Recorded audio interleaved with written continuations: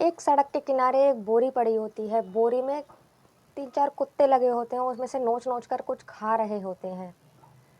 दोस्तों वहाँ आकर जब कोई देखते हैं, वहाँ के लोग आकर देखते हैं तो उन्हें एक हाथ निकला हुआ दिखता है उसमें से, तो वो तुरंत पुलिस को कॉल करते हैं। जब पुलिस आकर बोरी खोल कर देखती है, तो उसमें हाथ, पैर और बॉडी के काफ़ी सारे टुकड़े मिलते हैं। एक लाश के टुकड़े करके बोरी में बंद करके किसी ने फेंक दिया होता है। दोस्तों मैं गीता गुप्ता, स्वागत है आप लोगों का मेरी आज की नई वीडियो में एक नई सच्ची कहानी के साथ। और आप लोगों को अगर ये वीडियो अच्छी लगे तो प्लीज़ लाइक कर दीजिए, चैनल को सब्सक्राइब कर दीजिए और कमेंट कर कर बताइएगा कि आपको वीडियो कैसी लगी। दोस्तों एक सड़क के किनारे जब बोरी पड़ी होती है तो वहाँ पुलिस वाले आते हैं, चेक करते हैं कि ये बोरी है, तो उसमें बोरी के सारे हिस्से होते हैं, बस बोरी का सर नहीं होता है। तो दोस्तों जब सर नहीं मिलता तो वो कुत्तों को बुलाया जाता है, पुलिस वाले कुत्ते को बुलाते हैं। जब कुत्ता उन्हें एक नाले के पास लेकर जाता है खींच के, जब दोस्तों वो नाले में छानबीन करते हैं तो बॉडी का सर भी मिल जाता है। जब सर मिल जाता है तो दोस्तों उसकी फ़ोटो खींचकर भेजी जाती है आगे कि ये किसकी है। तो एक इंसान ऐसा मिलता है जो उसकी पहचान करता है। दोस्तों उससे पूछा जाता है कि ये कहाँ पे रहता है, कहाँ से है ये आदमी। तो वो जो आदमी था वो बताता है कि मेरा मकान है और मैंने अपने मकान में काफ़ी सारे कमरे किराए पर दे रखे हैं। ये गाज़ियाबाद की बात है दोस्तों। मैंने काफ़ी सारे कमरे किराए पर दे रखे हैं और मेरे यहाँ ये किराए पर ही रहता है। तो वो कहता है कि इसको किसने मारा है, कुछ पता है आपको? कौन मार सकता है इसका दुश्मन? तो दोस्तों वही बताता है कि मेरे ही यहाँ एक और फैमिली किराए पर रहती है जो कि ई रिक्शा चलाता है और उसकी पत्नी है उसके साथ। और वो जो पत्नी है उसका इसके साथ चक्कर चल रहा था और उससे ये प्यार करती थी, दोनों आपस में मिलते जुलते थे। तो उसके पति को ये बात बहुत बुरी लग गई थी, पति को पता था ये सब, हो सकता है ये उसका ही काम हो।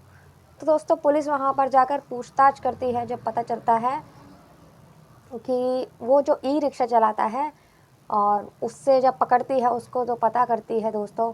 पता करने के बाद में वो फिर सारी बातें बताता है दोस्तों। जो वो लड़का होता है ई रिक्शा जो चलाता है, उसकी पत्नी होती है, वो उसकी दूसरी पत्नी होती है और 4 बच्चे इसके ये होते हैं। और जो उसकी पहली पत्नी थी जो कि गुजर चुकी थी, उसकी 17 साल की बेटी होती है।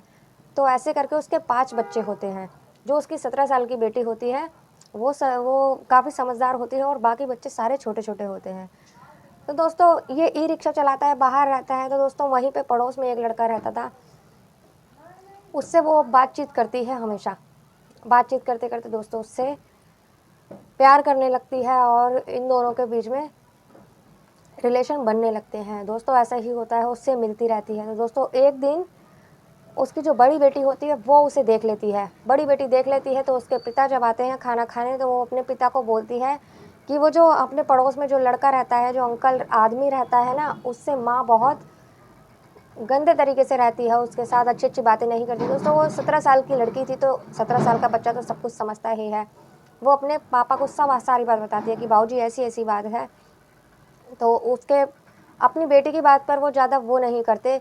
दोस्तों एक दिन उसकी बेटी खाना बना रही होती है घर में, पूड़ी सब्ज़ी वग़ैरह बना रही होती है, तो कढ़ाई में जो तेल होता है वो पता नहीं कैसे उसके ऊपर गिर जाता है और वो लड़की जल जाती है। जल जाती है दोस्तों, जो उसका पिता होते हैं वो उसे हॉस्पिटल लेके जाते हैं। हॉस्पिटल लेके जाते हैं, वो दिल्ली के हॉस्पिटल में उसे भर्ती करा देते हैं क्योंकि वो लड़की जल जाती है। अब जब लड़की जल जाती है तो उसकी देख-रेख के लिए भी, क्योंकि उसके घर में कमाने वाला कोई नहीं था, वही था और वो लोग बहुत ज़्यादा गरीब थे। तो दोस्तों वो अपनी बेटी की देखभाल करे या फिर कमाए, तो वो अपनी पत्नी से कहता है कि तू यहाँ बैठकर हॉस्पिटल में रहकर इसकी देखभाल कर और मैं कमाने जाऊँगा, तभी तो इसका इलाज भी करवा पाऊँगा। तो दोस्तों वो कहती है कि मैं यहाँ रहूँगी तो मेरे छोटे-छोटे बच्चे हैं, उन बच्चों को कौन देखेगा? मेरा घर पे रहना, बच्चों को देखना ज़्यादा ज़रूरी है। तो वो कहता है कि हाँ, ये बात भी सही है।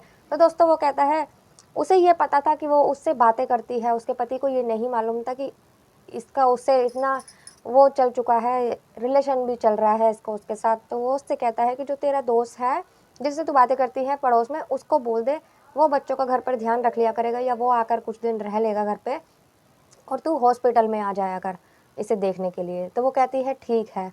तो दोस्तों उसके तो और अच्छा लगता है उसे कि उसे खुली छूट मिल जाती है, अब तो उसके पति ने ही उसे बोल दिया था। तो वो ऐसा ही करती है दोस्तों, घर जाकर उसको बोलती है, उसी लड़के को, कि ऐसे ऐसे तुम बच्चों का ध्यान रखना और मैं हॉस्पिटल जाके उसको देख के आया करूँगी। तो दोस्तों इसी बहाने वो तो कमाने के लिए बाहर चला जाता था ई रिक्शा चलाने के लिए, और वो उससे मिलती थी, उसे तो खुली छूट मिल चुकी थी। तो दोस्तों ऐसा ही चलता रहता है। अब एक दिन वो ई रिक्शा चलाने बाहर गया हुआ था और घर पर बच्चे थे उसके छोटे वाले, और वो अचानक और वो बच्चों के सामने ही उसके साथ रिलेशन बनाने लग जाती है, कमरे में जाती है, बच्चे घर में ही होते हैं।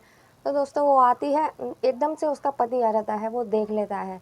वो जब देख लेता है लेकिन वो उनसे कुछ नहीं कहता, वो सोचता है कि मैं उसको कोई फ़र्क नहीं पड़ा। वो दोस्तों ऐसे ही करके अपनी पत्नी को कहता है तुम हॉस्पिटल जाओ और वहाँ पर कोई नहीं है, मैं घर पे खाना-वाना खाकर आराम करूँगा थोड़ा। तो दोस्तों वो ऐसा कहकर उसे भेज देता है, वो चली जाती है हॉस्पिटल।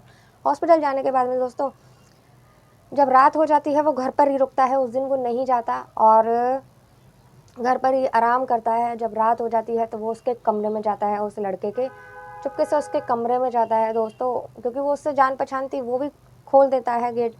और जब वो अंदर जाता है तो कुल्हाड़ी से उसके ऊपर वार कर देता है दोस्तों, उसके टुकड़े टुकड़े कर देता है। टुकड़े टुकड़े करने के बाद में उसको बोरी में भरकर वहाँ फेंक आता है सड़क के किनारे, जंगल की साइड।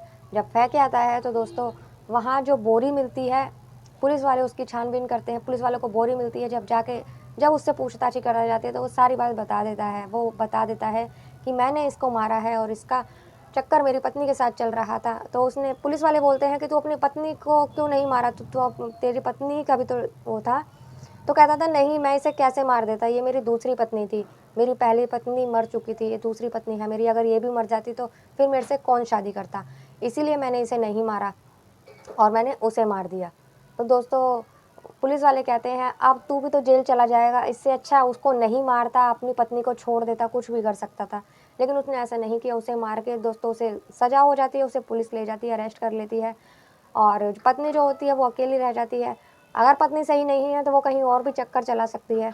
ऐसा ही उसको तो अब भी खुली छूट मिल गई, क्योंकि कोई देखने वाला नहीं है। पहले उसका पति था रोक-टोक करने वाला, अब तो कोई भी नहीं है। तो दोस्तों आज की ये कहानी यहीं तक थी और ये सच्ची घटना है। ये गाज़ियाबाद की घटना है दोस्तों। अगर आपको अच्छी लगी हो तो लाइक कर देना, चैनल को सब्सक्राइब कर देना, बताना ज़रूर आपको कैसी लगी। मिलते हैं किसी अगली वीडियो में एक नई स्टोरी के साथ, तब तक के लिए जय माता दी।